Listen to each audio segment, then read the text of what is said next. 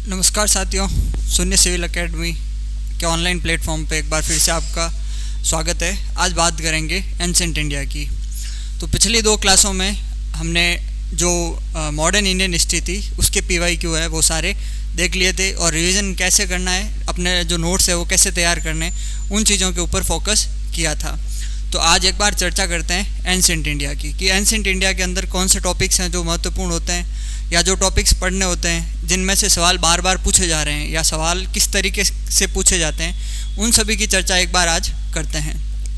तो आइए देखते हैं एंसेंट इंडिया के जो महत्वपूर्ण PYQ है जो पिछले एक वर्ष के दौरान RPSC के एग्ज़ाम जितने भी हुए हैं उनमें जो PYQ आए हैं उनको सॉल्व करते हैं, और देखेंगे कि जो इम्पोर्टेंट टॉपिक्स है उनमें से सवाल कैसे पूछे जा रहे हैं, जो रिपीट हो रहे हैं उनके पूछने का जो तरीका है वो कैसा है, उसको एक बार समझने की कोशिश करते हैं।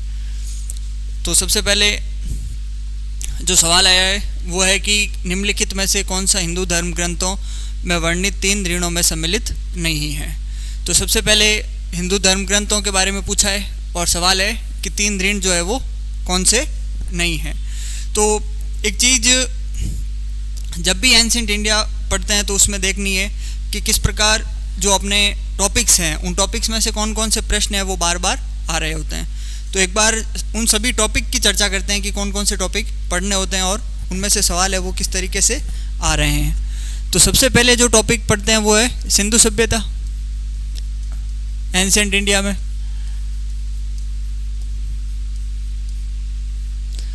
अब जब भी सिंधु सभ्यता के बारे में पढ़ें आप, तो सिंधु सभ्यता में कौन सी चीज़ें हैं जो याद करनी है, जो परीक्षा में बार बार पूछी जाती है।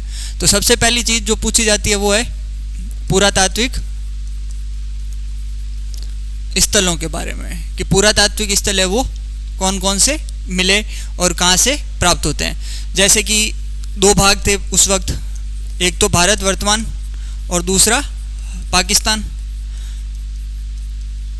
इन भारत और पाकिस्तान के अंदर कौन कौन से स्थल फेमस थे, या कौन कौन से स्थल जो अपने को पुरातात्विक स्थल मिलते हैं वो कहाँ कहाँ से, वो चीज़ याद करनी है। इनके प्रांत याद करने कि उन प्रांतों में कौन कौन सा है। जैसे कालीबंगा जो है वो अपने राजस्थान के अंदर थी,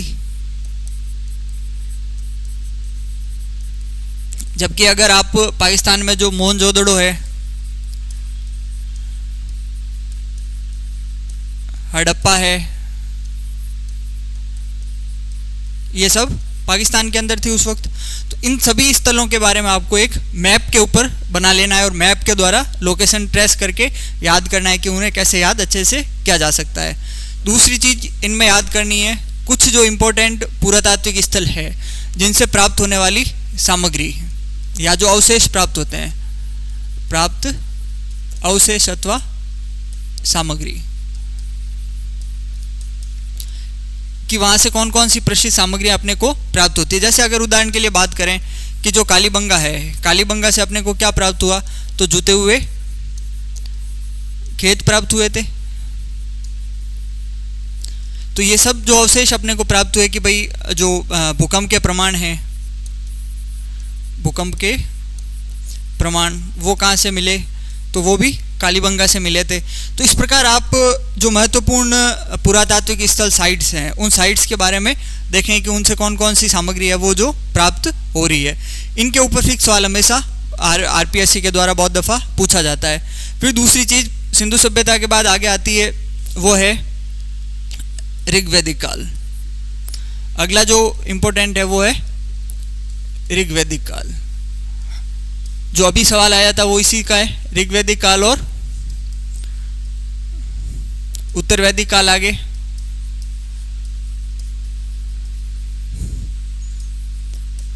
इन उत्तरवैदिक काल के अंदर कौन कौन सी चीज़ें इंपॉर्टेंट है वो बात करते हैं। तो ऋग्वैदिक का नाम सुनते ही सीधा सा दिमाग में आता है कि इसमें किसकी व्याख्या की गई होगी, वेदों की व्याख्या है, वेद से संबंधित है। तो सबसे पहली चीज़ आती है कि वेद कितने हैं। तो वेद तो पता ही है कितने हैं, तो 4 वेद हैं। कौन कौन से वेद हैं, तो ऋग्वेद, यजुर्वेद, सामवेद और अथर्ववेद। अथर्ववेद। अब इम्पोर्टेंट जो चीज़ है वो क्या है, सबसे पहले हो गई वेद। कि वेद कौन कौन से हैं। अब इन वेदों के अंदर महत्वपूर्ण बातें कौन कौन सी है, इनके विषय क्या है वो देखने हैं। फिर इनके जो पढ़ने वाले थे उनको क्या कहते हैं। फिर जो तीसरी चीज़ आती है, अगर इनसे रिलेटेड कोई आरण्यक या ब्राह्मण है, ब्राह्मण ग्रंथ है, आरण्यक, ब्राह्मण ग्रंथ और उपनिषद, इनसे रिलेटेड कोई चीज़ अगर है तो वो चीज़ आपको याद करनी है। एक टेबल के रूप में वो सारी चीज़ें याद करनी है। जैसे अभी देख ही लेते हैं इनसे रिलेटेड कौन कौन सी चीज़ें जो अपने सामने आती है इम्पोर्टेंट रूप से। कि जैसे सबसे पहली चीज़ है वो है ऋग्वेद, कि ऋग्वेद के अंदर जो वेद है वो किससे रिलेटेड है, तो इसमें सबसे क्या है, प्राचीन पाठ जो है वो ऋग्वेद के अंदर है। दूसरा इंपॉर्टेंट है कि कई देवताओं को समर्पित, विशेषकर इंद्र के लिए, ऋग्वेद में सबसे ज़्यादा इंद्र का उल्लेख आता है, तो उसके लिए है। विषय क्या है, तो वस्तु जीवन है, मृत्यु के बारे में बताया है कि पृथ्वी का सर्जन कैसे होता है, बलि क्या है, और सोम ईश्वरीय सुख क्या है। इनसे रिलेटेड चीज़ है वो सारी किसमें, ऋग्वेद के अंदर है। मोस्ट इंपॉर्टेंट चीज़ है पुरोहित, कि उनको पढ़ने वाले जो पुरोहित है उनका क्या नामखंड है। तो ऋग्वेद के अंदर जो है उसे कहते हैं होत्री, उसे क्या कहते हैं, होत्री कहते थे। जबकि यजुर्वेद क्या है, उसे क्या कहते हैं, अदर्व्यू कहते हैं। सामवेद जो है उसके लिए क्या शब्द आया है, उद्ग्राती आया है। जबकि अथर्ववेद है उसके लिए क्या आया है, पुरोहित आया है। तो अब इसको याद करने के लिए बिल्कुल सिंपल सी चीज़ है कि जो सामवेद है उसके लिए तो उद्गात्री जो शब्द है उसे तो आप याद कर सकते हो उषा, कि जो उषा है वो किसके लिए है, सामवेद के लिए। ऊ का मतलब तो उद्गात्री, और साम स से वो है वो क्या है, सामवेद है। दूसरा जो अथर्ववेद है, अथर्ववेद के लिए सिंपल सी चीज़ है कि जादू टोना सब उसी में सम्मिलित था। तो जादू टोना कौन करता है, ब्राह्मण या पुरोहित करते थे, तो इसीलिए उसे किस नाम से जाना गया था, उसको पढ़ने वाले को पुरोहित के नाम से जाना गया। फिर पीछे बचा है वो क्या है, यजुर्वेद। यजुर्वेद के लिए शब्द क्या है, अदर्व्यू। तो इससे आप याद रख सकते हो आयु, क्या याद रखना है, आयु। आ से तो होगा अदर्व्यू, और यू से क्या है, य, यानी कि यजुर्वेद जो है उसके लिए क्या शब्द आया था, अदर्व्यू। तो सिंपल सा दो याद रख सकते हो, आयु उषा की, कि उषा की आयु याद रखनी है। तो अपने आप सिंपल सी चीज़ है वो, आपको जो पुरोहित है वो दो तो आसानी से याद रह जाएंगे। और अथर्ववेद के लिए क्या प्रयोग करते हैं अपन, पुरोहित करते हैं। जबकि ऋग्वेद के लिए क्या है, होत्री है, कि जो ऋण है उसको हवन करता है, जो करने वाला है उसे किस नाम से जाना गया है, होत्री के नाम से जाना गया है। फिर आगे बात करते हैं कि जो अपने इनके महत्वपूर्ण उपनिषद है वो कौन कौन से हैं। कई बार ये सवाल यूपी अपने नेट के एग्ज़ाम में पूछा जा चुका है, और आरपीसी के फर्स्ट ग्रेड और सेकंड ग्रेड के जो एग्ज़ाम होते हैं सब्जेक्ट के, जो एसएसटी के हैं और इतिहास सब्जेक्ट जिनका है, उनके लिए बहुत इंपॉर्टेंट टॉपिक है ये। उनमें से कई बार ये सवाल सीधा सा आ रखा है कि भाई बताओ तैत्तिरीय उपनिषद है वो किस ग्रंथ से या किस वेद से रिलेटेड है। तो वो एक टेबल है, इसको आपको अच्छे से याद करना है। तो सबसे पहले ऋग्वेद के लिए उपनिषद कौन सा है, तो ऐत्रेय और कौशिक की दो उपनिषद इसके हैं। और ब्राह्मण कौन से हैं, ऐत्रेय और कौशिक की, सेम नाम से याद रखना है। ऐत्रेय और कौशिक की इसके उपनिषद भी है और ब्राह्मण ग्रंथ भी है। अब दूसरा आता है उपवेद। उपवेद कौन सा है, तो ऋग्वेद का तो है धनुर्वेद। और अब दूसरा उसके बाद आगे चलते हैं यजुर्वेद। यजुर्वेद के अंदर जो मुख्य विषय है वो क्या है कि संबंधित संहिता जो पद्य और दोनों में गान का जो है उल्लेख किया गया है वो किसमें, मंत्र जो थे वो यजुर्वेद के अंदर आते हैं। और इसकी दो ही अपने को ब्राह्मण और जो उपवेद है वो प्राप्त हुए थे। सबसे पहला है तैत्तिरीय और शतपथ, और कंठ उपनिषद, ईश और श्वेताश्वर, ये तो इसके उपनिषद है। फिर है सामवेद। सामवेद के अंदर क्या है कि संगीत जो सारा है, प्राचीनतम पुस्तक संगीत की है वो कौन सी है, सामवेद। तो अच्छे से याद रख सकते हैं इसका विषय, तो संगीत का स से सामवेद है, कि संगीत जिसमें वो क्या है, सामवेद है। और जो अपने ब्राह्मण ग्रंथ है वो है षड्वीस, पंचवीस और जैमिनी। तो 5 है जैमिनी।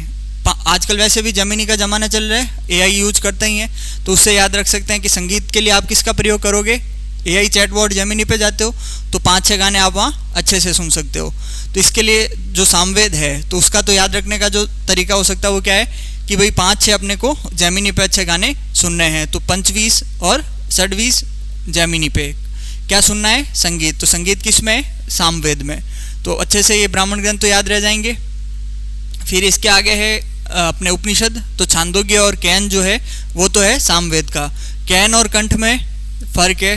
कंठ है जो है वो यजुर्वेद का है, जबकि कैन है वो सामवेद का है।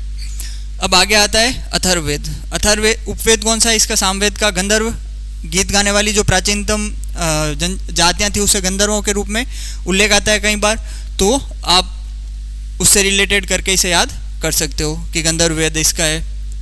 अथर्ववेद में ब्राह्मण ग्रंथ है वो क्या है? एक ही है इसका, गोपथ। और उपवेद है वो क्या है? आयुर्वेद। ये सवाल पिछले आरपीसी का जो सेकंड ग्रेड का एक एग्ज़ाम था उसके अंदर पूछा जा चुका है कि आयुर्वेद जो है वो किसका उपवेद है, तो ये किसका था? अथर्ववेद का था। और इसके उपनिषद है वो क्या है? मांडुक्य, प्रश्न और मुंडक। ये तीन जो उपनिषद है वो फेमस है अथर्ववेद के। और अथर्ववेद का विषय क्या है? अभी बात कर ही ली थी कि जादू टोना है, कृषि है, उद्योग है, पशुपालन, बीमारी, उपचार गैर आर्यों द्वारा रचित है, इसका पाठ नहीं किया जा सकता है। तो ये सारी एक टेबल है, इसको आपको अच्छे से पूरा का पूरा कंटेस्ट करना है, क्योंकि इसमें से एक सवाल आपको किसी न किसी एग्ज़ाम में ज़रूर आसानी से मिल जाएगा। सीधा सीधा स्ट्रेट फॉरवर्ड सवाल मिलेगा इससे रिलेटेड। फिर आगे आती है बात कि जो ये उपनिषद है, इन उपनिषदों में कुछ बातें बताई गई है जो फेमस हुई थी। अब उन उपनिषदों के जो महावाक्य हैं उनके ऊपर बात करते हैं कि उपनिषदों के महावाक्य है वो कौन से हैं या उनका सबसे पहले उल्लेख कहाँ आता है। तो सबसे पहला जो वाक्य है, अहम ब्रह्मास्मि, मैं ही ब्रह्म हूँ, इसका आता है बृहदारण्यक उपनिषद के अंदर, अहम ब्रह्मास्मि। दूसरा है तत्त्वमसि, यह आता है छांदोग्य उपनिषद के अंदर। अयम आत्मा ब्रह्म, यह आता है मांडुक्य उपनिषद के अंदर। फिर है सोहम, यह आता है ईश उपनिषद के अंदर। सत्यम शिवम सुंदरम श्वेताश्वत्रो उपनिषद के अंदर। अब देखो इसको याद रखने के लिए कैसे याद रख सकते हो? सबसे पहले याद रखना है अहम ब्रह्मास्मि, मैं ही ब्रह्म हूँ, किसमें आता है? बृहदारण्यक। तो इसको याद रख सकते हो वृद्ध आत्मा, या वृद्ध क्या है? आत्मा है। तो वृद्ध आत्मा जो है, अहम ब्रह्मास्मि मैं ही आत्मा हूँ, वो किस में मिलती है? वृद्ध में। दूसरा है तत्त्वमसि, ये किस में मिलता है? छांदोग्य उपनिषद में। तो इसको याद रख सकते हो कि छनकर आत्मा, छनकर तत्त्वम, छनकर तत्व तुम में मिली। वृद्ध आत्मा है वो छनकर तुम्हारे अंदर है जो मिल जाती है। तो तत्त्वमसि का मतलब है तुम्हारी आत्मा, तत् यानी तुम्हारा, त्वम असि यानी है, छांदोग्य उपनिषद। तो ये है छनकर तुम्हारे अंदर आ रही है। अयम आत्मा ब्रह्म मांडुक्य उपनिषद के अंदर कि जो अयम आत्मा ब्रह्म ये कहाँ मिल रही है? मांडुक्य के अंदर। तो आत्मा जो पहले तो है वृद्ध आत्मा, जिसमें अहम ब्रह्मास्मि को याद रखना है। फिर अयम आत्मा ब्रह्म, जो 3 सेंटेंस है, अयम आत्मा और ब्रह्म, तो इसमें याद रखना है मांडुक्य उपनिषद के अंदर कि जो अयम आत्मा ब्रह्म है वो कहाँ मिल रही है? मांडुक्य में। और जो सोहम है वो कहाँ मिल रही है? ईश उपनिषद के अंदर। फिर है सत्यम शिवम सुंदरम। तो सत्यम शिवम सुंदरम 3 स है, तो इसमें 2 स याद रखने कि 3 स है वो कौन से 2 स के अंदर मिलेगा आपको? तो सत्यम शिवम सुंदरम श्वेताश्वत्रो उपनिषद के अंदर है। तो इसको ट्रिक्स बना के आप अपने हिसाब से भी याद कर सकते हो। फिर आगे आता है 3 ऋण कि 3 ऋणों का उल्लेख कहाँ आता है? तो 3 ऋण कहाँ आते हैं? ऋग्वेद के तैत्तिरीय संहिता के अंदर है। फिर जो 16 संस्कार है वो कहाँ आते हैं? गृह सूत्रों के अंदर है। 6 वेदांग जो है वो सबसे पहले कहाँ आए थे? तो मुंडक उपनिषद में आए थे। शिक्षा, कल्प, निरुक्त, व्याकरण, ज्योतिष और छंद जो है वो कहाँ मिलते हैं? मुंडक उपनिषद में। ये एक बार नेट के एग्जाम में पूछा गया था। फिर ये 4 आश्रम, ये तो कितनी बार आरपीसी के द्वारा पूछा जा चुका है, पुराने पेपर अगर आप करोगे तो वहाँ मिल जाएगा कि जो 4 आश्रम है उनका उल्लेख कहाँ होता है? तो जाबलो उपनिषद में सबसे पहले 4 आश्रमों का उल्लेख होता है। सबसे पहले जो अपना ब्रह्मचर्य आश्रम है वो, फिर गृहस्थ आश्रम, उसके बाद तीसरा जो अपने वानप्रस्थ होता है वो, और फिर संन्यास का जो आश्रम है चौथा। तो ये 4 उपनिषद जो अपने वानप्रस्थ और संन्यास, ये 4 आश्रम अपने को जाबलो उपनिषद में मिलते हैं। फिर जो इम्पोर्टेंट चीज़ आती है पुनर्जन्म का सिद्धांत, ये कहाँ मिलता है? तो ये मिलता है बृहदारण्यक उपनिषद के अंदर। पुनर्जन्म के सिद्धांत का मतलब है कि आत्मा के मोक्ष प्राप्ति के बाद क्या उसका पुनर्जन्म होता है या नहीं होता है, तो ये बृहदारण्यक उपनिषद में मिलती है। फिर है वर्ण व्यवस्था। वर्ण व्यवस्था कहाँ है, तो ये है अपने ऋग्वेद के अंदर 10वें सूक्त के अंदर मिलती है। ये भी बहुत इंपॉर्टेंट है। वर्ण व्यवस्था, जो 4 वर्ण बताए गए थे, ब्राह्मण, क्षत्रिय, वैश्य और शूद्र, इन चारों का सबसे पहले उल्लेख है वो कहाँ मिलता है, ऋग्वेद के 10वें मंडल में मिलता है। फिर है अतिथि देवो भव, ये कहाँ मिलता है वापस, तैत्तिरीय उपनिषद के अंदर। और वसुदेव कुटुंबकर, समस्त पृथ्वी मेरा परिवार है, महो उपनिषद के अंदर मिलता है। तो ये टेबल बताने का मकसद ये था कि आपको हर एक एग्ज़ाम जो आरपीसी का होता है उसमें कहीं ना कहीं इन स्टेटमेंट जो महावाक्य हैं इनमें से एक सवाल पक्का पूछा जाता है आरपीसी के द्वारा। तो जब भी आप रिवीजन करें इस टेबल को ज़रूर एक बार कंटेस्ट करने की कोशिश करें कि जो इम्पोर्टेंट वाक्य हैं वो सबसे पहले उल्लेख उनका कहाँ पे मिलता है। तो अभी जो अपना सवाल आया था वो यही था कि 3 ऋण है, उसमें से कौन कौन से ऋण नहीं मिलते हैं अपने को। तो 3 ऋणों का देख लिया, सबसे पहले कहाँ है, ऋग्वेद संहिता के अंदर है। तो अब सवाल वही था कि कौन सा ऋण नहीं है। तो ऋण पता है कौन सा है, देव ऋण है, पितृ ऋण होता है और ऋषि ऋण होता है, ये मातृ ऋण नहीं है। तो 3 ऋण कौन से हैं, देव ऋण, देवताओं के प्रति, पितृ ऋण, पिता का संतान उत्पन्न करने से आप उस ऋण से उन्मुक्त हो जाते हैं, और ऋषि ऋण कि जो ऋषि है उनका सम्मान करना, ये 3 ऋण है वो अपन पढ़ते ही हैं। फिर ये टेबल देख ली। अब है वैदिक काल। वैदिक काल के बारे में सवाल फिर से पूछा है। तो वैदिक काल के अंदर पूछा है कि उत्तर वैदिक काल में ऋग्वैदिक निम्नलिखित कथनों में से कौन सा सही विकल्प चुने। उत्तर वैदिक काल में ऋग्वैदिक काल की कबीलाई सभाओं का महत्व कम हो गया और राज्य की प्रभुता का विस्तार हुआ, बिल्कुल सही है। उत्तर वैदिक काल में सभा और समिति की कार्यात्मक संरचना बदल गई और विदत पूरी तरीके से समाप्त हो गया, ये भी कथन एकदम सही है। तो ये दोनों स्टेटमेंट क्या है, सही है। तो एक बार चर्चा करते हैं कि सभा, समिति और विदत क्या है। अब देखो, अभी वैदिक काल जो पढ़ रहे थे, वैदिक काल के अंदर जब भी पढ़ोगे तो 2-3 चीज़ें जो इंपॉर्टेंट है वो देख ही ली, कौन कौन से वाक्य आते हैं। तो उन वाक्यों के अंदर सामाजिक संरचना का भी उल्लेख मिलता है। तो अब जो राजनीतिक संरचना है आपको वो पढ़नी है कि वैदिक काल के अंदर राजनीतिक संरचना है वो कैसी थी। राजनीतिक संरचना की लोकतांत्रिक व्यवस्था थी या नहीं थी, या उनके ऊपर किस प्रकार जो कबीले थे वो जन बने, जन से जनपद की ओर जाते हैं। वैदिक काल के बाद आपको पता है आगे महाजनपद काल आएगा। तो महाजनपद से पहले ये सारी जो कबीले थे वो कबीले किस में रह रहे थे, जन के रूप में रह रहे थे। जन से आगे जनपद बनता है, जनपद के बाद महाजनपद की ओर जाते हैं। उत्तर वैदिक काल की समाप्ति के बाद ये चीज़ प्राचीन भारत में आसानी से जब विस्तार से पढ़ते हैं तो उसमें देखते ही अपन। तो अब जो ये राजनीतिक संरचना थी वो राजनीतिक संरचना वैदिक काल में और उत्तर वैदिक काल में कैसे संचालित होती थी। तो इसमें पढ़ते हैं 3 चीज़। एक तो है सभा, एक है समिति और एक है विदत। ये 3 शब्द बार बार अपने सामने आते हैं, जिसमें सबसे ज़्यादा उल्लेख किसका आता है, विदत का आता है ऋग्वेद के अंदर 122 बार, जबकि सभा और समिति तो 8 और 9 बार उल्लेख होता है इनका। अब सभा में क्या था, समिति में क्या था और विदत में क्या था, उसके ऊपर देख लेते हैं एक बार फटाक से। जो सभा थी वो क्या थी, जो प्रबुद्ध जन है, कुलीन वर्ग है, या जो वृद्ध है, कुलीन है और जो वृद्ध प्रबुद्ध जन थे, उनकी जो सभा थी वो क्या थी, उसको किस नाम से जाना जाता था, सभा के नाम से जाना जाता था। जबकि समिति थी वो क्या थी, सामान्य जो जनता है, जन की सामान्य जनता जो है उसका जो समूह था उसे किस नाम से जाना जाता था, अपने समिति के नाम से जाना जाता था। फिर जो पीछे बस्ती है वो क्या है, विदत है। विदत के अंदर क्या होता था कि जो लोग हैं वो सारे के सारे पढ़े लिखे लोग जो उस वक्त के थे वो आते थे। प्राचीन जो संस्था थी वो क्या थी, विदत थी। अब इनका आगे आता है कि कार्य क्या है। तो सभा जो कुलीन वर्ग थी उसका क्या कार्य है, न्याय का कार्य है। क्या करना होता था कि भाई बुजुर्ग है वो तो क्या ही करेंगे, न्याय करेंगे।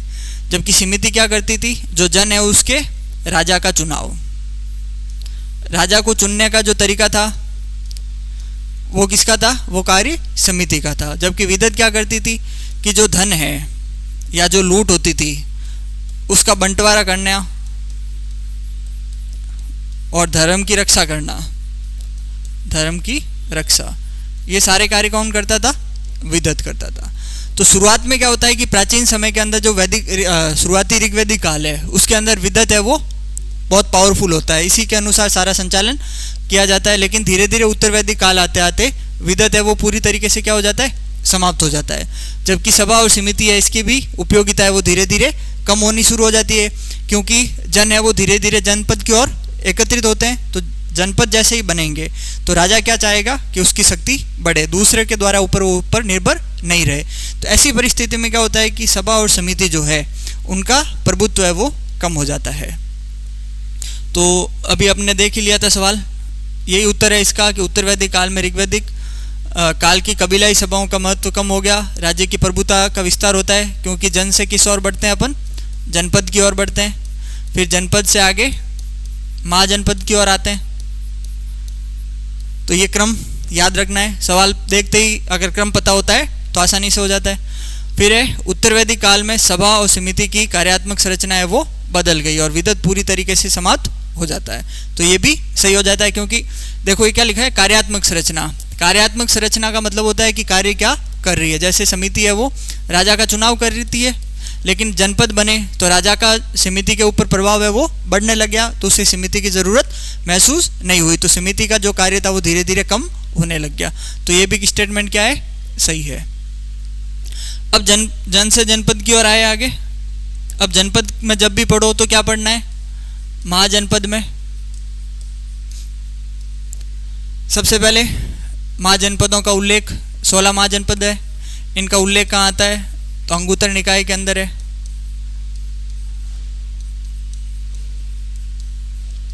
ये चीज देखते ही है। फिर इनका विस्तार कहाँ होता है? तो गंगा यमुना का जो घाटी है उस गंगा यमुना की घाटी में उत्तर वैदिक काल के अंदर इनका विस्तार होता है। फिर ये 16 महाजनपद कहाँ कहाँ विस्तार हुए? मगध का उत्कर्ष कैसे होता है? मगध का उत्कर्ष पढ़ना है कि मगध का उत्कर्ष कैसे होता है। फिर सबसे इम्पोर्टेंट चीज जो महाजनपद काल की दो विशेषताएं हैं कि एक महाजनपद काल कैसे पहचान आता है, तो जो सिक्के जो होते हैं वहाँ पे वो मुद्रित छापदार जो सिक्के हैं, ठप्पेदार, वो सारे सिक्के कहाँ से प्राप्त होते हैं?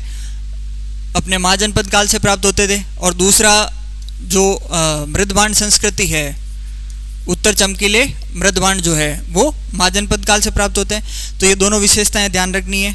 फिर अगली चीज़ जो आती है कि अपने महाजनपद काल में जैसे नाम से ही दिख रहा है 16 महाजनपद है, तो 16 ही महाजनपद, 16 महाजनपद, उनके नाम, उनकी राजधानी और विस्तार, या फिर वर्तमान में कहाँ स्थित है, वर्तमान में कहाँ है। जैसे एक देखते हैं कि मगध है, उसकी राजधानी कहाँ थी? पाटलिपुत्र, और राजगृह वर्तमान में कहाँ है? पटना के अंदर, बिहार। तो ऐसे करके आपको सारे महाजनपद है वो देखने हैं। एक राजस्थान के अंदर कौन कौन से महाजनपद आते हैं? जो अपने मत्स्य जनपद था, अलवर और जयपुर के आसपास का जो क्षेत्र होता है मत्स्य जनपद के अंदर आ रहा है, तो उस क्षेत्र को याद करना है। तो ये महाजनपद से रिलेटेड ज़्यादातर सवाल है वो इसी से पूछे जाते हैं। जब आप रिवीजन करें तो अपने नोट्स के साथ इस चीज़ को अच्छे से देखें एक बार। जो अगला सवाल है अपना, अब आता है महाजनपद के बाद बौद्ध धर्म से रिलेटेड, कि बौद्ध धर्म के संदर्भ में निम्नलिखित युग्मों पर विचार करें। तो उपोषित भिक्षु द्वारा गृह त्याग पश्चात बौद्ध धर्म, बौद्ध आचार्य के मार्गदर्शन के अधीन परिवारजक जीवन प्रारंभ करना, ये नहीं है। उपासक बौद्ध धर्म के पुरुष ग्रस्त अनुयायी होते हैं। उपसंपदा भिक्षु द्वारा बौद्ध ग्रंथ, बौद्ध संघ की स्थायी सदस्यता ग्रहण करने का अवसर। तो ये स्टेटमेंट भी सही है। तो इसका आंसर क्या है, बी और सी तो सही है जबकि ये गलत है। अब इसके ऊपर एक बार देखते हैं कि बौद्ध धर्म से रिलेटेड कौन सी चीज़ें पढ़ते हैं। देखो क्या होता है कि जब महाजनपद है, महाजनपदों के बाद धीरे धीरे जो धर्म के अंदर विकृतियाँ आती है और धर्म परिवर्तन या जो नए धर्मों का उत्थान होता है वो पढ़ते हैं हिंदू धर्म के अंदर अपन। तो उसमें दो धर्म आते हैं, एक तो आता है जैन धर्म और दूसरा आता है बौद्ध धर्म। अधिकांश सवाल जो प्राचीन भारत का सबसे हॉट टॉपिक अगर किसी कहें तो वो है जैन और बौद्ध धर्म। इनसे रिलेटेड जितनी भी चीज़ें हैं आपको कैसे पढ़नी है और कौन सी चीज़ें याद करनी है उसके ऊपर एक बार चर्चा करते हैं कि ये टॉपिक इतना इम्पोर्टेंट क्यों है या इसके ऊपर इतने सवाल बार बार कैसे पूछे जाते हैं या कौन कौन से सवाल आते हैं।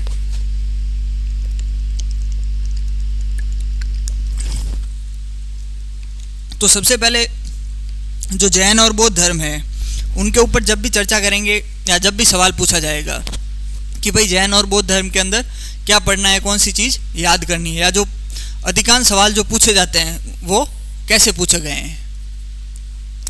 तो सबसे पहले जैसे एक बार एग्जाम्पल के तौर पे बौद्ध धर्म का ही ले लेते हैं कि भाई बौद्ध धर्म है उसको कैसे याद करना है या कौन सी चीज़ याद करनी है। तो सबसे पहली चीज़ वही कि इसका संस्थापक कौन है या इसकी स्थापना किसने की थी। तो बौद्ध और जैन की तो पता ही आसानी से कि महात्मा बुद्ध ने की, और जैन धर्म की महावीर स्वामी से मानी जाती है, 24वें तीर्थंकर है। उससे पहले 23 तो हो चुके थे। अब सामान्य सी चीज़ें जो आजकल वैसे आरपीसी कम ही पूछती है, इनका जीवन परिचय पढ़ लो एक बार। जीवन परिचय कि भाई जन्म कहाँ होता है, मृत्यु कहाँ होती है, इनके बचपन का नाम क्या है, माता का नाम क्या है, पिता का नाम क्या है, वो सारी चीज़ें जीवन परिचय के अंदर आ जाती है। फिर अब इम्पोर्टेंट चीज़ कि याद क्या करना है। तो सबसे पहली चीज़ आती है कि महात्मा बुद्ध से संबंधित प्रमुख, वही जो मॉडर्न इंडियन हिस्ट्री में देखा था कि जब भी पढ़ें किसी महान पुरुष को या जो धर्म सुधारक थे तो उनके बारे में क्या पढ़ते हैं। तो वैसा का वैसा इनके बारे में पढ़ना है कि प्रमुख स्थल कौन से हैं, कि भाई महात्मा बुद्ध से रिलेटेड जो प्रमुख स्थल है वो कौन कौन से हैं। तो सबसे पहले जो जब भी पढ़ते हैं तो इनका जन्म स्थान तो कहाँ है, लुम्बिनी के अंदर पड़ा है जो नेपाल के अंदर है। फिर इनका लालन पालन अगर कहीं होता है तो वो कहाँ है कि जो कपिल वस्तु है वहाँ इनका लालन पालन होता है कपिल वस्तु के अंदर। फिर तीसरी चीज़ जो आती है वो जैसे महात्मा बुद्ध ने घर त्याग दिया था, घर त्याग देने के बाद उन्होंने जो ज्ञान की प्राप्ति करने के लिए तपस्या की, उनके गुरु कौन थे वो सब देखना है एक बार। फिर जो ज्ञान की प्राप्ति होती है वो कहाँ है, बोध गया के अंदर होती है ज्ञान की प्राप्ति। फिर इन्होंने अपना उपदेश है वो सबसे पहले कहाँ दिया, तो उपदेश दिया था सारनाथ के अंदर, प्रथम उपदेश। यहीं पे इन्होंने अपने संघ की स्थापना की, जो बौद्ध संघ है वो स्थापना कहाँ है, सारनाथ के अंदर संघ की स्थापना। ये एक इम्पोर्टेंट चीज़ है इसमें। फिर सारनाथ के बाद महात्मा बुद्ध ने अपने सबसे ज़्यादा उपदेश कहाँ दिए, तो वो दिए थे श्रावस्ती के अंदर, सर्वाधिक उपदेश,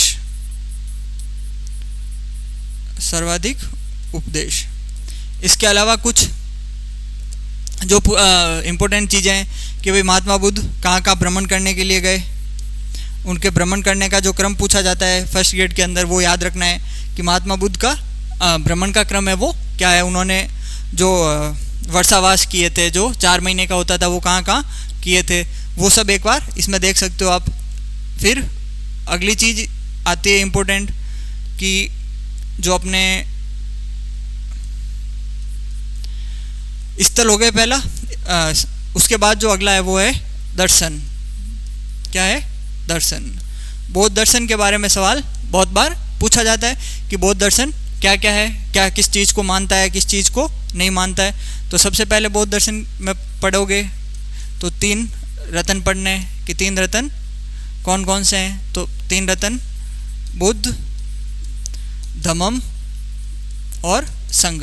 BDS याद रख सकते हो आसानी से, BDS डॉक्टर बनना है, बुद्ध धम्म और संघ याद रखना है। फिर सबसे पहले 4 आर्य सत्य। महात्मा बुद्ध ने जब अपना प्रथम उपदेश दिया तो वो 4 आर्य सत्य के रूप में ही दिया था कि जो 4 आर्य सत्य है वो कौन से हैं। तो 4 आर्य सत्य कौन से हैं? सबसे पहला आता है दुख, फिर दुख समुदाय कि दुखों का कारण समुदाय कौन सा है। फिर अगला आता है दुख कारण, इसको दुख को हटाया कैसे जा सकता है, दुख निरोध। और फिर चौथा है दुख निरोध प्रतिगामिनी,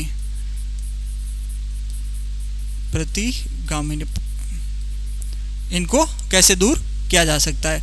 तो महात्मा बुद्ध ने सबसे बड़ा दुख का कारण बताया था, दुख समुदाय का, वो है तृष्णा। तृष्णा के कारण ही मनुष्य दुखों से युक्त है। अब इस दुख निरोध जो दुख है, इन दुखों को हटाया कैसे जा सकता है, तो इसके लिए उन्होंने फिर कहा कि अष्टांगिक मार्ग पे चलो। 8 मार्ग बताए,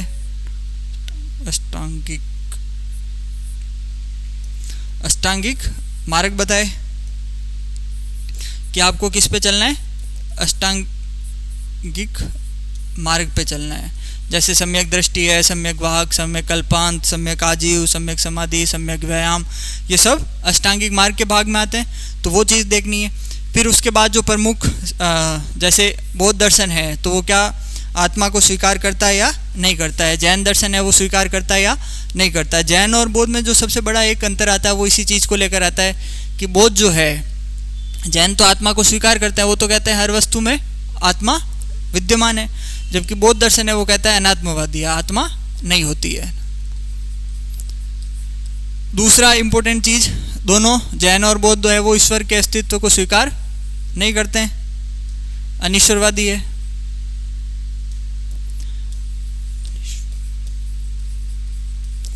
अनिश्वरवादी है। फिर उसके बाद जो अगली चीज आती है वो क्या है इसमें, कि जो बौद्ध दर्शन है वो कहता है कि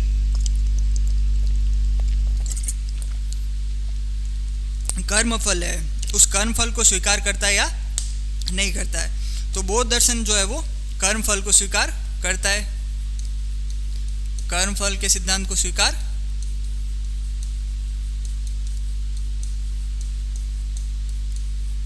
करता है। तो ये जो प्रमुख दर्शन है उन दर्शनों को याद करना है कि भाई अनात्मवादी है, अनिश्वरवादी है, कर्मफल के सिद्धांत को स्वीकार करता है। अब उसके बाद जो इसके 2 सिद्धांत है के सिद्धांत बौद्ध दर्शन ने कौन कौन से सिद्धांत दिए थे। तो सबसे पहला जो फेमस सिद्धांत आता है वो है इनका अनिश्वरवादी सिद्धांत के साथ प्रतीत्य समुत्पाद, प्रतीत्य समुत्पाद, कारण और कार्य कारण का सिद्धांत। कार्य कारण कि प्रत्येक कोई भी कार्य हो रहा है तो उस कार्य के साथ उसका कारण रिलेटेड होता है, बिना कार्य के कोई भी कारण नहीं हो सकता है। ये अभी सिर्फ डायरेक्ट रिवीजन कर रहे हैं तो केवल नाम ही, उसकी व्याख्या नहीं कर रहे हैं अभी अपन, केवल उसका देख रहे हैं कि याद क्या क्या करना है। फिर एक है क्षणिकवाद। क्षणिकवाद का सिद्धांत भी है वो किसका था, बौद्ध दर्शन का था। जबकि जैन दर्शन के अंदर जो प्रमुख सिद्धांत आते हैं वो कौन से हैं, एक तो है स्यादवाद का और दूसरा है सप्तभंगीय सिद्धांत, अनेकांतवाद। अनेकांतवाद ये जो दर्शन का सिद्धांत है वो किसके थे, जैन दर्शन के थे, जिसमें 3 रत्न उनके भी है, सम्यक दर्शन, सम्यक ज्ञान, सम्यक आचरण। तो ये तो है। उसके अलावा जो बौद्ध दर्शन के अंदर कुछ इंपॉर्टेंट चीज़ें याद करने के लिए वो है, एक तो अपने जो बौद्ध दर्शन की शब्दावली है कि शब्दावली में कौन कौन से शब्द आते हैं, जैसे पातिमोक्ष हो गया, उपासक हो गए, उपोषित हो गए, धम्म क्या है, संघ क्या है, जो भिक्षु है वो क्या थे, आचार और व्यवहार के जो सिद्धांत हैं वो कौन से थे। तो इन सभी शब्दावली जो है वो आपको एक बार जो अपने टेलीग्राम पे नोट्स हैं, अपने जो शून्य सिविल एकेडमी का जो टेलीग्राम चैनल बना हुआ है उसके ऊपर आपको सारे मिल जाएंगे शब्दावली के साथ। और जो बुद्ध और जैन धर्म का डिस्कशन है अच्छे से उस पर कर रखा है, तो एक बार आप वहाँ से सारे नोट्स के रूप में वो चीज़ पढ़ सकते हो। और फिर लास्ट में एक आता है कि इन्होंने जो संगीतियाँ की थी 4, जैन में 2 है, इनमें 4 है। संगीतियाँ जो है वो याद करनी है कि कहाँ कहाँ पे होती है, उसका अध्यक्ष कौन होता है और उनमें क्या कार्य किया जाता है। जैसे सबसे पहले वो जो 3 पिटक लिखे जाते हैं, क्या है, पिटक साहित्य बौद्ध धर्म का फेमस है। 3 पिटक में आते हैं, सूत, विनय और अभिधम्म। ये 3 ही पिटक है। इनकी रचना किस किसने की, तो आनंद उपाली और मोगलीपुत्र किसने की थी, वो ध्यान रखना है। और फिर लास्ट में एक है इनका विभाजन, कि विभाजन है वो कैसे हुआ और कौन कौन से नए संघ बने, उन संघों ने आगे क्या किया था। तो इसके ऊपर आप एक बार अपने जो नोट्स है उनको ध्यान से पढ़ें। केवल अभी याद करने के लिए बताया कि इम्पोर्टेंट चीज़ है वो कौन सी है। तो एक बार सवाल डिस्कस कर लेते हैं वापस कि सवाल क्या था। तो वो देख ही लिया था। उपोषद जो होता है वो कहलाता है कि जब बौद्ध धर्म के अंदर पूर्णिमा और अमावस्या के दिन, पूर्णिमा और अमावस्या के दिन जो पातिमोक्ष होता है, पातिमोक्ष का मतलब था कि जो बौद्ध भिक्षु है जो अपने पाप की स्वीकृति या अपने जो पाप किए हैं उन पापों को स्वीकार करते हैं कि भाई मेरे से ये गलती हो गई, मुझे माफ़ कर दो। उस माफ़ी के लिए जो कार्यक्रम होता था उसे उपोषद के नाम से जाना जाता था। जबकि उपासक बौद्ध धर्म के पुरुष गृह सन्यासी है, उपसंपदा है वो भिक्षु द्वारा बौद्ध संघ की स्थायी सदस्यता ग्रहण करने का ही अवसर था। फिर आगे बढ़ते हैं। अगला सवाल है कि अक्सर प्रयुक्त होने वाला प्रतीक चक्र महात्मा बुद्ध के जीवन में किस रूपांकन को दर्शाता है। तो चक्र है वो किसको दर्शाता है, प्रथम उपदेश को। अब ये ज्ञान प्राप्ति, महापरिनिर्वाण का प्रतिनिधित्व और बुद्ध का जन्म। बुद्ध का जन्म तो है वो कमल और सांड होता है प्रतीक चिन्ह, जबकि महापरिनिर्वाण का मतलब है स्तूप, और महापरिनिर्वाण शब्द आता है वो है बुद्ध को मोक्ष की प्राप्ति हो जाना। उसको किस नाम से जानते हैं, मोक्ष की प्राप्ति। फिर है बुद्ध को ज्ञान प्राप्ति। ज्ञान प्राप्ति के लिए क्या है, संबोधि कहते हैं ज्ञान प्राप्ति को, जो बोध गया के अंदर होती है। और उसके लिए क्या प्रयोग में लिया जाता है, पीपल का वृक्ष। क्या है, पीपल का वृक्ष। और प्रथम उपदेश महाविनिष्क्रमण चक्र, वो किसके लिए है, प्रथम उपदेश के लिए है। तो हो गया, ये भी सिंपल ही था कि प्रतीक चिन्ह है वो किस रूपांकन के लिए, तो बुद्ध का प्रथम उपदेश के लिए। ज्ञान की प्राप्ति के लिए तो क्या है, पीपल का वृक्ष है। फिर है महापरिनिर्वाण स्तूप, और बुद्ध का जन्म, उसके लिए कमल और सांड का प्रयोग किया जाता है। जो घर छोड़ने की घटना होती है महाविनिष्क्रमण, उसके लिए प्रयोग है घोड़ा।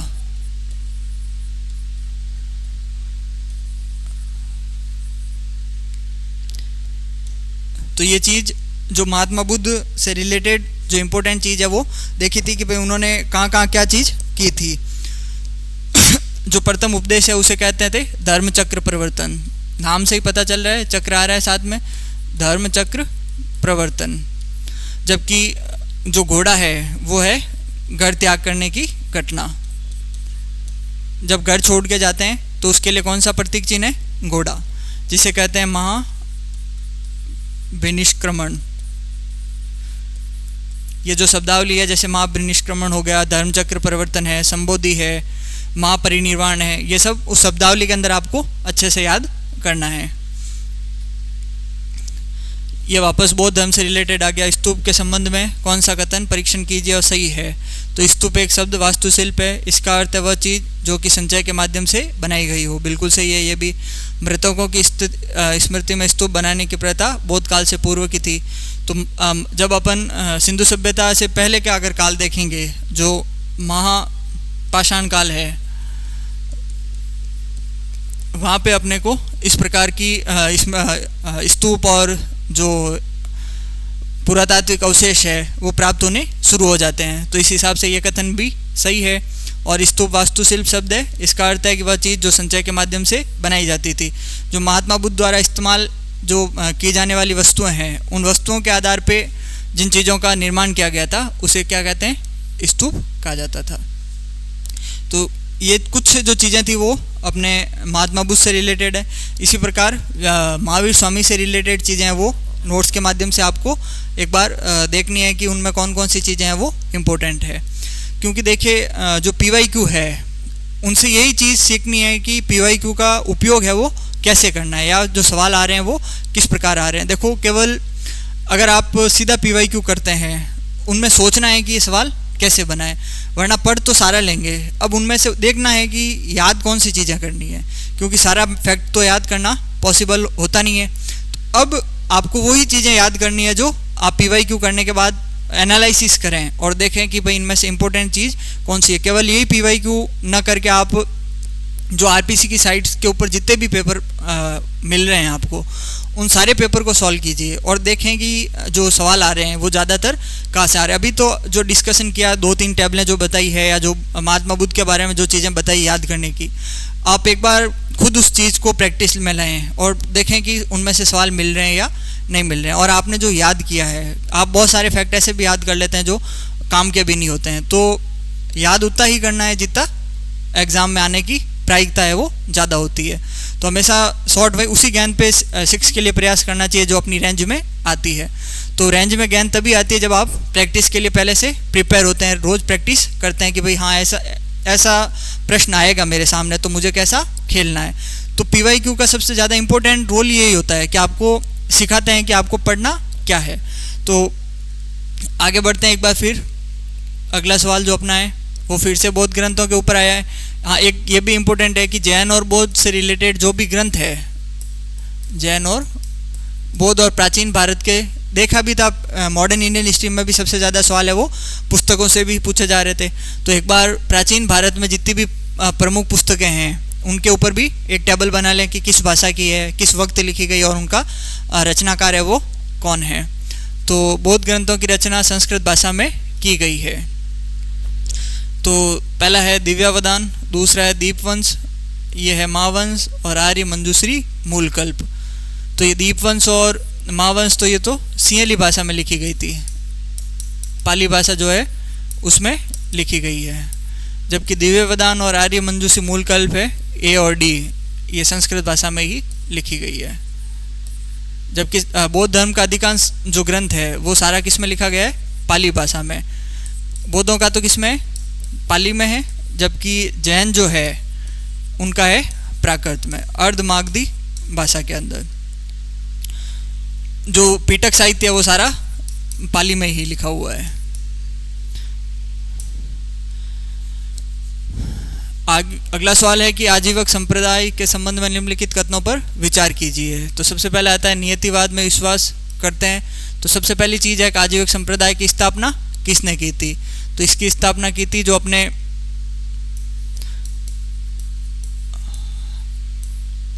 मक्खलीपुत्र गोसाल, मक्खली गोसाल ने। उनके पुनर्जन्म के क्रम में बदलाव किया जा सकता है। उन्होंने नियतिवाद में जब विश्वास कर लिया, तो अगर कोई व्यक्ति नियति में विश्वास करता है तो उसका क्या मानना होता है कि अब मेरे साथ जो भी घटना होगी वो पहले से निश्चित है, उसको बदला नहीं जा सकता है। तो ये तो सीधा सा कह रहा है कि उनके पुनर्जन्म के क्रम में बदलाव किया जा सकता है, वो संभव नहीं होता। अगर कोई नियति पे विश्वास कर रहा है तो क्या उसके पुनर्जन्म को बदला जा सकता है, ऐसा कभी भी संभव नहीं हो सकता है। फिर आता है कठोर तपस्या में विश्वास। तो इन्होंने भी कठोर तपस्या में विश्वास किया था। तो पहला और तीसरा सही है, A और C सही है।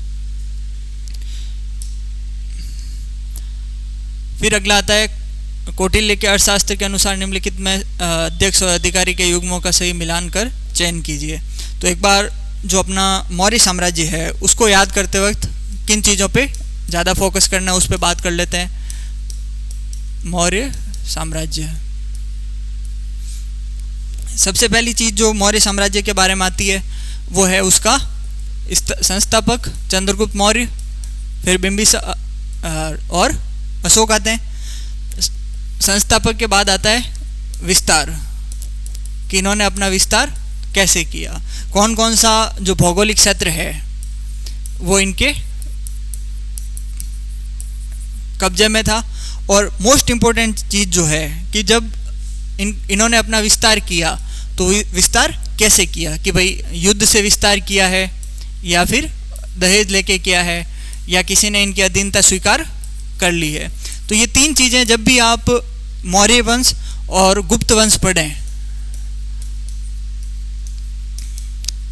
उनमें मोस्ट इम्पोर्टेंट चीज़ के रूप में इस चीज़ को याद करें। गुप्त वंश में तो समुद्रगुप्त की तो नीति थी, वो सारी की सारी याद करनी है कि उन्होंने कौन कौन किसे युद्ध के द्वारा जीता, किसे दहेज से लिया, किसने उनकी अधीनता स्वीकार कर ली थी। तो एक चीज़ यहाँ पे मैं ये चीज़ बता रहा हूँ कि आप जब अपने नोट्स तैयार करें तो उन नोट्स में किन चीज़ को हाईलाइट करें या किन चीज़ को लिखें, तो उसके ऊपर ज़्यादा अपना फोकस रहेगा अभी। फिर ये चीज़ हो गई। उसके बाद अगली चीज़ आती है, वो है कि मौर्य साम्राज्य के अंदर एक पूरा प्राचीन भारत जब भी पूरा पढ़ें आप, उस प्राचीन भारत को पढ़ते वक्त एक साथ सारा का सारा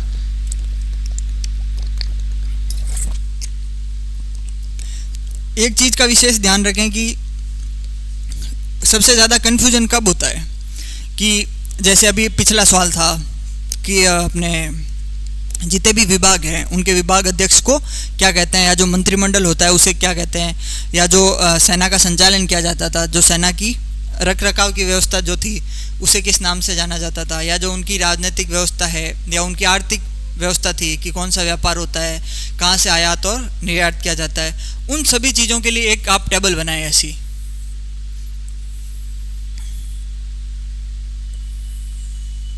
सबसे पहले उस टेबल के अंदर एक चीज़ इधर लिखे मंत्रिमंडल।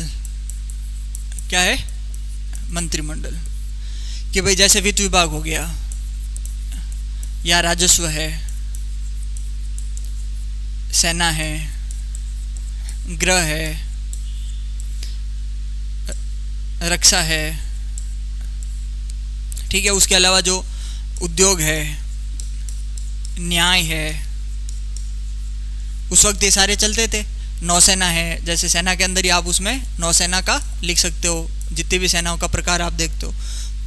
फिर उसके बाद यहाँ लिखें मौर्य काल। क्या है मौर्य काल? कि भाई मौर्य काल में इसको किस नाम से जाना जाता था। फिर मौर्य काल के बाद गुप्त काल के अंदर इसे किस नाम से जाना जाता था। फिर उसके बाद जो वर्धन वंश है उसके अंदर पुष्य भूति जो है उनमें किस नाम से जाना जाता था। फिर आगे इसी टेबल को कंटिन्यू करके आप जो मध्यकालीन भारत है जिसके अंदर दिल्ली सल्तनत है, दिल्ली के अंदर एक तरफ तो सल्तनत काल हो जाएगा और फिर मुगल काल, एक टेबल ऐसी बना लें। फिर इसके साथ दो इम्पोर्टेंट चीज़ और आ जाती है, एक तो शिवाजी का प्रशासन, शिवाजी के टाइम कैसी रही, और दूसरा एक फेमस है चोलों की, जो दक्षिण भारत है। उस दक्षिण भारत के अंदर ये सारी चीज़ एक टेबल के ऊपर आप इसको बना लें, तो आपके कभी भी इनसे रिलेटेड सवाल है जो गलत नहीं होगा। वरना क्या है कि आप जब भी पढ़ोगे कन्फ्यूजन होता है कि इस टाइम किस नाम से जानते थे या उस टाइम किस नाम से जानते थे। ऐसी टेबल तैयार करने के बाद आपके इस प्रकार के सवाल कभी भी गलत नहीं होंगे। और 99% हर एग्ज़ाम के अंदर एक सवाल तो इससे रिलेटेड पक्का ही पूछा जाता है, कि चाहे वो गुप्त काल के अंदर पूछे या चाहे मौर्य काल के अंदर पूछे। और सबसे ज़्यादा जो संभावना पूछने की होती है वो होती है मौर्य काल की, मोस्ट इम्पोर्टेंट है, क्योंकि प्रशासन की शुरुआत व्यवस्थित रूप से, जो व्यवस्थित मौर्य प्रशासन या भारतीय प्रशासन की अगर अपन बात करें, जो उसके स्वरूप की बात करते हैं, तो वो मौर्य काल में ही दिखाई देता है। तो इस वजह से जो एक गोल्डन पीरियड अगर कहें प्रशासन का, वो किसका था? अशोक का था।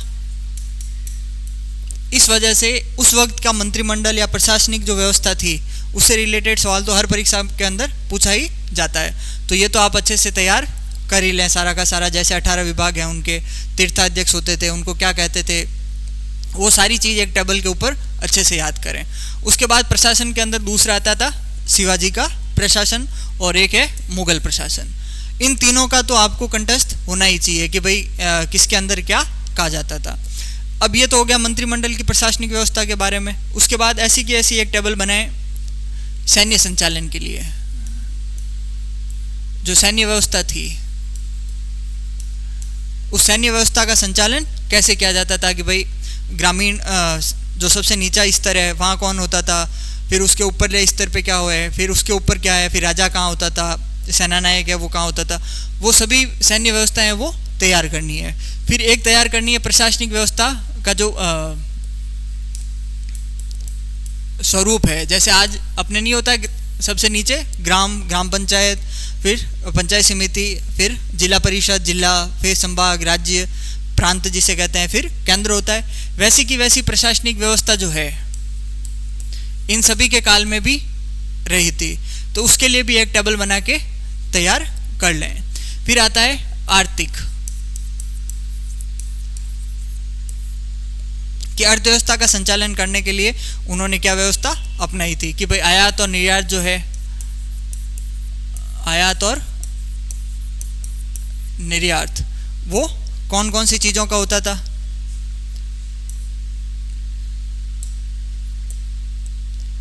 आयात और निर्यात कौन सी चीज़ों का है? प्रमुख बंदरगाह है वो कौन से हैं, या जो प्रमुख व्यापारिक केंद्र हैं, व्यापारिक केंद्र वो कौन कौन से हैं। सबसे इम्पोर्टेंट आर्थिक व्यवस्था जब भी पढ़ें उसमें कुषाणों की, क्योंकि गोल्डन टाइम पीरियड है भारत में आर्थिक व्यवस्थाओं के लिए, तो कुषाणों की जितनी भी आर्थिक व्यवस्था है वो पूरा अच्छे से देखना है, तैयार करना है। फिर उसके बाद जो आगे आता है वो है अपने दिल्ली सल्तनत, क्योंकि आर्थिक सुधार सबसे ज़्यादा उन्होंने ही लागू किए थे। तो कुषाणों के बाद दिल्ली सल्तनत और फिर मुगल, इन्होंने भारत के अंदर सबसे ज़्यादा अर्थव्यवस्था को लेकर काम किया था। तो इन तीनों के ऊपर विशेष रूप से फोकस करना है कि इनके टाइम के अंदर आर्थिक जो व्यवस्था है वो क्या थी। तो ये पढ़ते वक्त इन चीज़ों के ऊपर विशेष ध्यान रखें।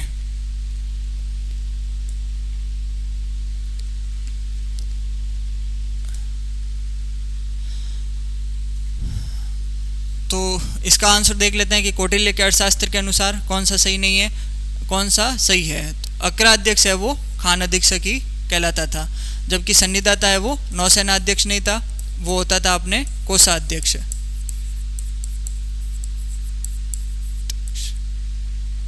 कोषाध्यक्ष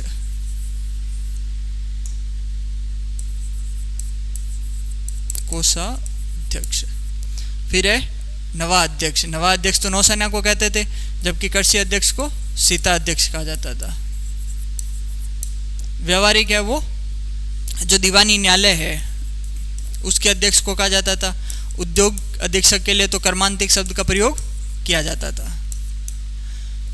तो ये 18 अध्यक्ष जो है तीर्थ वगैरह थे, उनकी एक लिस्ट दे रखी है पूरी नोट्स के अंदर, आपको वो नोट्स कवर करनी है। फिर अगला सवाल देखते हैं।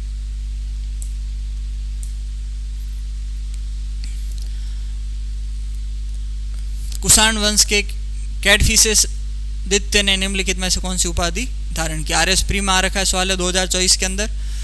अब एक चीज, जितने भी राजा हुए प्राचीन भारत के, उन्होंने बहुत सारी उपाधियां ली थी, तो एक टेबल उनके लिए भी।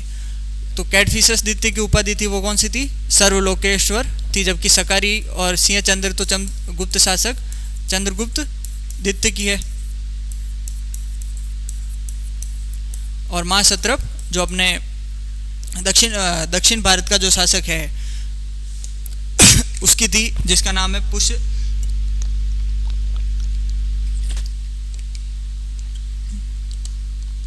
पुलकेशिन द्वितीय, जो है माँ सत्रप के नाम से जाना जाता था। पुलकेशिन द्वितीय, उसे माँ सत्रप के नाम से जानते थे। तो एक बार वो टेबल देख लेते हैं सारी, जो जिनका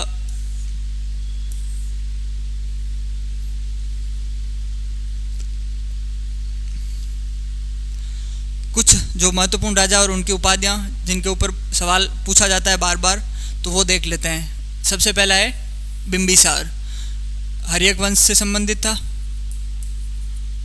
और उसकी जो उपाधि है वो है श्रोणीय। उसे क्या कहा जाता था?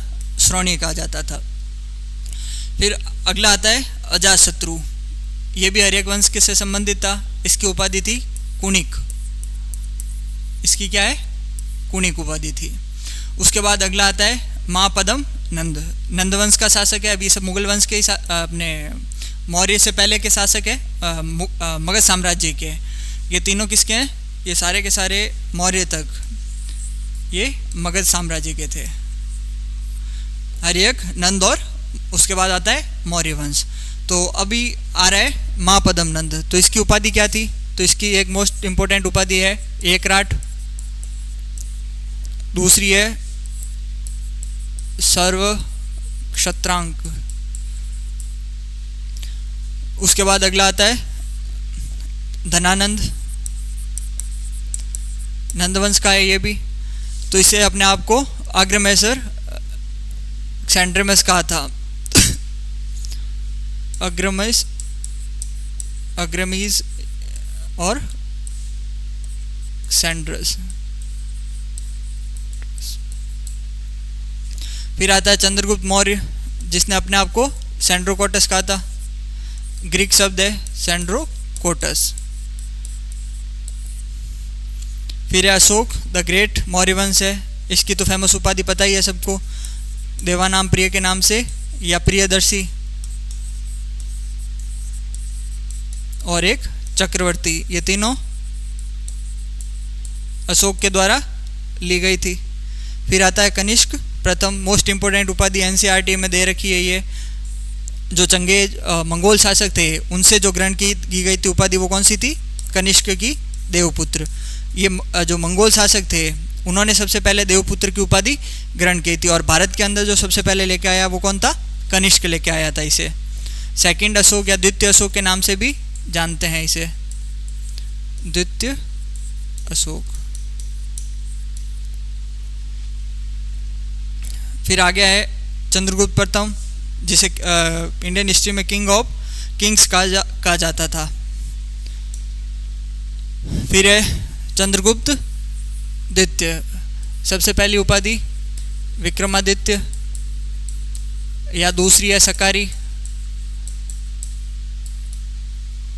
फिर है कुमारगुप्त प्रथम, जिसने महेंद्रादित्य और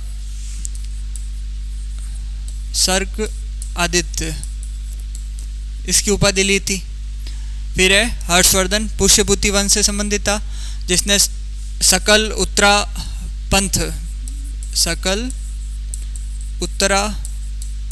पंथ इसकी उपाधि ली थी, और एक उपाधि थी शिलादित्य। ये सारी उपाधियां जो महत्वपूर्ण शासक है उनकी आपको रटनी है। फिर है पुलकेशिन द्वितीय, एक तो है परमेश्वर और एक है दक्षिणापथ परमेश्वर, दक्षिणापथेश्वर। माँ क्षत्रप भी इसी की थी। फिर है नरसिंहवर्मन, पल्लव शासक है प्रथम, इसने ली थी वातापी कौंड। कौंड का मतलब होता है जीतने वाला, वातापी कौंड। या एक है महामल, मोस्ट इम्पोर्टेंट उपाधि है, बहुत बार पूछी जा चुकी है परीक्षा के अंदर। महामल जो उपाधि है वो किसकी थी? तो ये थी नरसिंहवर्मन प्रथम की, पल्लव शासक नरसिंहवर्मन प्रथम की। फिर है राजराज चोल प्रथम, राजराज फर्स्ट, चोल शासक है, जिसने उपाधि ली थी मुमाडी चोल या जयकोंड। फिर आगे है राजेंद्र चोल प्रथम, most important, Rajendra Chola first. Gange की कोर्ट, गंगे की कोंड, गंगा को जीत लिया था, गंगा के क्षेत्र को, इसीलिए कहा जाता था। और दूसरा था उत्तम चोल। तो ये जो कुछ राजा है भारत के, उनके प्रसिद्ध और उनकी उपाधियाँ हैं। तो बहुत दफ़ा सवाल है वो डायरेक्ट इसी में से पूछा जाता है। पिछले एक साल में मैं जो प्राचीन भारत के सवाल आए हैं उनमें से 3 सवाल तो उपाधियों के ही थे। तो ये जो 2 टेबल है, इन 2 टेबल को अच्छे से याद कर लेना, रटना इनको। एक बार आप इनके अच्छे से स्क्रीनशॉट ले सकते हो कि जो प्रसिद्ध राजा है उनकी उपाधियाँ क्या थी।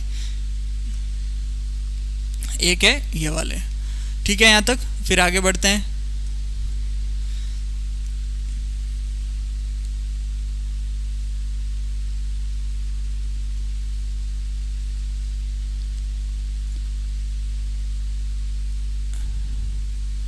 ये आया वापस पुस्तक का। शूद्रक द्वारा रचित उस नाटक का क्या नाम है जो गरीब ब्राह्मण और गणिका की सुंदर बेटी की प्रेम कहानी को दर्शाता है? ये तो फेमस पुस्तक सबको पता ही है, मृच्छकटिकम है शूद्रक की, जिसमें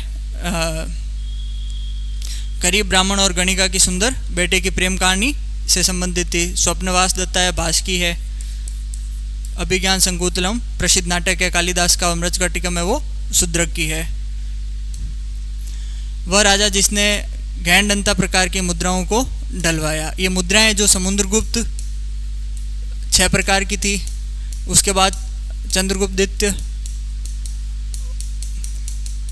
कुमारगुप्त और स्कंदगुप्त, इन्होंने सब ने लगभग 5 से 6 प्रकार की अलग अलग मुद्राएं चांदी के जो सिक्के थे उनके ऊपर डलवाई थी। उनमें से एक है गैंडा अंता, यानी कि जो गैंडे को मारने वाली जो आकृति है मुद्राओं के ऊपर डला रखी थी, तो वो था कुमारगुप्त प्रथम। तो इसमें बाकी वाले जो है वो नोट्स के अंदर आपको मिली जाएगी सारी। प्रयाग प्रशस्ति में समुद्रगुप्त की तुलना किस देवता से नहीं की गई है? प्रयाग प्रशस्ति किसकी है? तो हरिशैन द्वारा लिखी गई थी। संस्कृत में इसकी भाषा है, जिसमें समुद्रगुप्त की अत्यधिक प्रशंसा की गई है। उसे कुबेर, इंद्र, वरुण और यम, इन 4 देवताओं से तुलना की गई थी। 4 देवताओं से तुलना की गई है, जिसमें किससे तुलना नहीं है? अग्नि से। तो आंसर क्या हो गया? अग्नि। बाकी कुबेर, वरुण और इंद्र और यम, इन तीनों से तुलना की गई थी। फिर आगे आता है गुप्त वास्तुकला के संदर्भ में गलत कथन चयन करें। ये सब जो हिस्ट्री का सब्जेक्ट था फर्स्ट ग्रेड का, उसके अंदर पूछे गए थे। तो एरन के विष्णु मंदिर की छत सपाट है। अभी जो सबसे टफ सवाल आरपीसी के द्वारा पूछे जा रहे हैं वो मंदिरों से रिलेटेड ही है। देवगढ़ में दशावतार मंदिर में ऊंचे शिखर के अलंकृत गुप्त शैली की वास्तुकला को दर्शाता है। ये तो पता ही है कि भाई देवगढ़ का दशावतार मंदिर है, गुप्त शैली का है। ये नचना कुठारा का पार्वती मंदिर, ये भी गुप्त कला का है। भूमरा का विष्णु मंदिर नहीं है, भूमरा का शिव मंदिर है, ये भी गुप्त काल से संबंधित था। तो ये चौथा ऑप्शन है वो गलत हो गया। ये प्रसिद्ध मंदिर जो है गुप्त काल के, चारों के ऊपर एक एक सवाल पूछ लिया इन्होंने। भाई देवगढ़ का दशावतार मंदिर है, एरन का विष्णु मंदिर है, नचना कुटारा का पार्वती और बुमरा का अपने शिव मंदिर है। तो आंसर क्या हो गया? सही डी हो गया इसका आंसर। तो अब एक बार गुप्त काल जब भी पढ़ो आप, गुप्त काल भारत में गोल्डन पीरियड क्यों कहलाता है? क्योंकि अपने साहित्य, स्थापत्य और विज्ञान और जो प्रौद्योगिकी है, इनमें सबसे अधिक विकास गुप्त काल के अंदर ही हुआ था। गुप्त काल के अंदर जब भी आप पढ़ोगे, जितने भी सवाल देखोगे, किसी भी एग्जाम में गुप्त काल को उठा के देख लो, उनमें से जो सवाल पूछे गए हैं गुप्त काल से रिलेटेड, वो सिर्फ 5 से 6 टाइप में ही पूछे जाते हैं। सबसे पहला गुप्त काल के अंदर क्या पूछा जाता है कि जो विस्तार था राजाओं का, विस्तार में भी सिर्फ ज़्यादातर समुद्रगुप्त ने ही कर लिया था, कि उसने दक्षिण में भी जीत हासिल की थी, अलग अलग नीतियाँ लागू की थी दक्षिण के भारत के राज्यों के ऊपर। तो समुद्रगुप्त की विजय नीति पढ़नी है कि उन्होंने विजय नीति है वो कैसे की थी। फिर दूसरा इंपॉर्टेंट चीज़ जो गुप्त काल के अंदर है वो है इनकी मुद्राएं। अलग अलग प्रकार की इन्होंने मुद्रा चलाई थी, तो उनकी मुद्राओं के प्रकार देखने। फिर ये 3 चीज़ें, इस साहित्य, स्थापत्य और विज्ञान और प्रौद्योगिकी। स्थापत्य क्यों इम्पोर्टेंट हो जाता है? क्योंकि सबसे पहले जो मंदिरों की रचना है, मंदिरों की निर्माण जो हुआ, वो गुप्त काल के अंदर ही होना शुरू हो जाता है। जो प्रसिद्ध सारे मंदिर बने वो गुप्त काल के ही बनते हैं। जो नागर शैली है वो गुप्त काल के अंदर ही विकसित होने शुरू हो जाती है सबसे अच्छे से, इस वजह से ये ज़्यादा इम्पोर्टेंट हो जाता है। फिर साहित्य में कालिदास सबसे फेमस, इनकी अपनी रचनाएं उसी वक्त से चर्चा में आई थी। तो और फिर विज्ञान और प्रौद्योगिकी में आर्यभट्ट, वरामीर, भास्कराचार्य, ये सब उसी वक्त उसी कालखंड के। तो इस वजह से गुप्त काल को गोल्डन पीरियड कहा जाता है, और 99% जो सवाल है वो इन्हीं में से पूछा जाता है। तो एक बार इसको पढ़ते वक्त इन चीज़ों के ऊपर विशेष ध्यान रखें।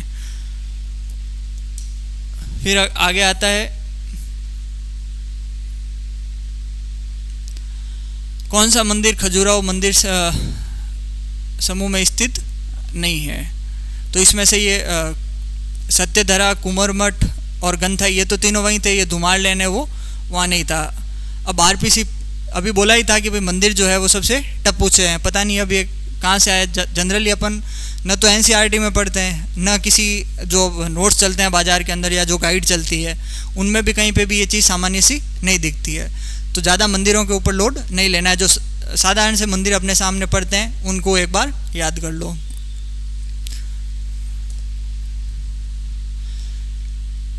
फिर अगला है, ये वापस उपाधि का पूछ लिया। पल्लव शासक, चित्रकार पुली या चित्रकारों में व्याघ्र, चेतकारी मंदिर निर्माता। सबसे ज़्यादा फेमस कौन था? महेंद्र वर्मन द्वितीय। ये दोनों उपाधि उसी की है कि चित्रकारों में व्याघ्र भी है और मंदिर निर्माता भी है पल्लव शासक।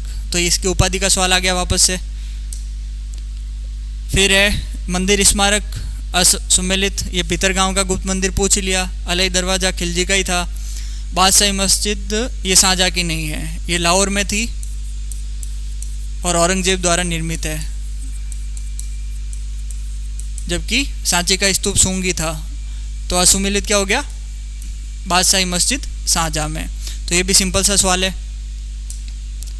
फिर लास्ट में, निम्नलिखित राजवंशों को सुमेलित कीजिए। अजातशत्रु हर्यवंश से था, प्रभाकर वर्धन पुष्यभूति से ही था, परवरसेन द्वितीय वाकाटक ही था, महमूद गवा, ये खिलजी नहीं है, ये बहमनी साम्राज्य का सेनापति था।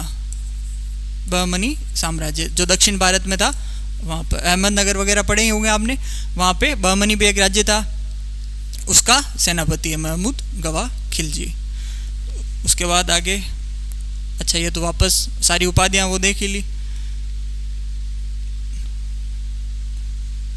तो ये अपने पिछले एक वर्ष के दौरान जितने भी एंशिएंट इंडिया के प्रश्न थे उनके ऊपर अपने डिस्कस किया था कि भाई सवाल है वो कहाँ से बनते हैं और कैसे बनते हैं। तो उम्मीद करता हूँ कि जब आप अपने नोट्स पढ़ेंगे या जब आप पढ़ने बैठेंगे तो इस चीज़ को देखेंगे कि जो प्रश्न बन रहे हैं या जो जिनकी बनने की प्रायिकता है वो सबसे ज़्यादा कहाँ से आती है।